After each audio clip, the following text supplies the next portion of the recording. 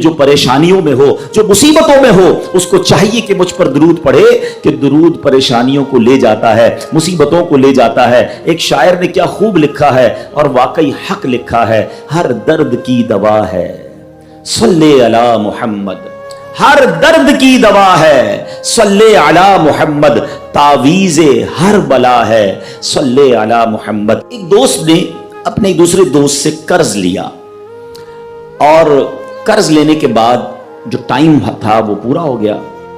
اب پیسے اس نے نہیں لوٹائے, بڑی کوشش کی اس نے کہ بھائی میری رقم واپس دے دیں, اس نے نہیں دیا. اب وہ یہ کیس لے کر عدالت میں چلا گیا, اور جج صاحب سے جا کر اس نے کہا کہ اس نے میرے پیسے دینے اور یہ میری رقم نہیں لوٹا رہا. تو جج صاحب نے کہا کہ تمہارے پاس 30 دن ہیں, ودن 30 days تم نے اس کے پیسے واپس لوٹانے ہیں, ورنہ پھر تمہارے خلاف فیصلہ ہو جائے گا. تو وہ شخص گھر گیا. اب اس نے کیا کیا, اس نے صبح سے لے کر شام تک درود پاک پڑھنا شروع کر دیے. 1 دن 2 دن 3 دن 27 دن ہو گئے. وہ درود پڑھتا رہا اور انتظار کرتا رہا. پیسے تو تھے نہیں, 30ویں دن عدالت میں پیش ہونا تھا. 27 دن گزر گئے, 28ویں رات آ گئی.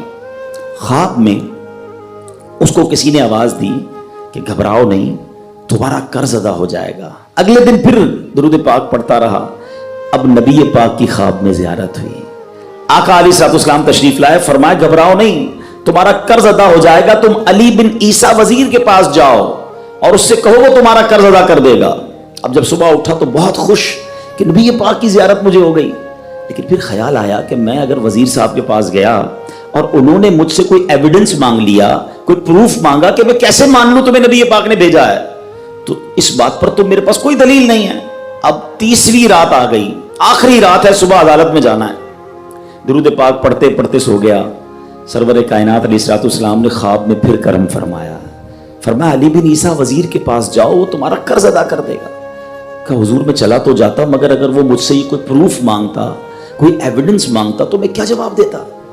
پیارے آقا علیہ الصلوۃ والسلام نے فرمایا کہ ایسا کرو, اسے یہ کہنا کہ آپ کا ایک راز ہے جو آپ جانتے ہیں اور رب جانتا ہے, اور وہ راز یہ ہے کہ آپ روزانہ فجر کے بعد 5000 بار درود پاک پڑھتے ہیں, اور جب تک درود پاک مکمل نہیں ہوتے آپ کسی سے بات نہیں کرتے.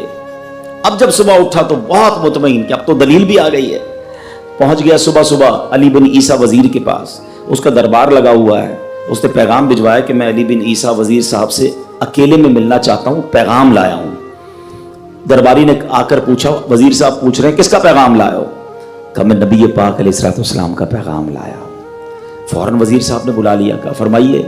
کہ مجھے میرے آقا علیہ الصلوۃ والسلام نے کہا ہے کہ آپ میرا قرض ادا کر دیں. میں 3000 دینار کا مقروض ہوں. Today is the last day in the court. آج مجھے کورٹ میں پیش ہونا ہے. اگر آج میں نے اپنا قرض ادا نہ کیا تو مجھے جو ہے وہ سزا ہو سکتی ہے. علی بن عیسیٰ کہتا ہے میں بالکل آپ کا قرض تو ادا کر سکتا ہوں, مگر مجھے کیسے پتا چلے, کوئی دلیل ہے, کوئی پروف ہے کہ آپ کو نبی پاک علیہ الصلوۃ والسلام نے بھیجا ہے؟ کہتا ہے ہاں, خالی ہاتھ نہیں آیا, آقا نے دلیل بھی عطا فرمائی ہے. اچھا بتائیے کیا دلیل ہے؟ کا دلیل یہ ہے کہ آپ کا ایک راز ہے جو صرف آپ جانتے ہیں اور آپ کا رب جانتا ہے.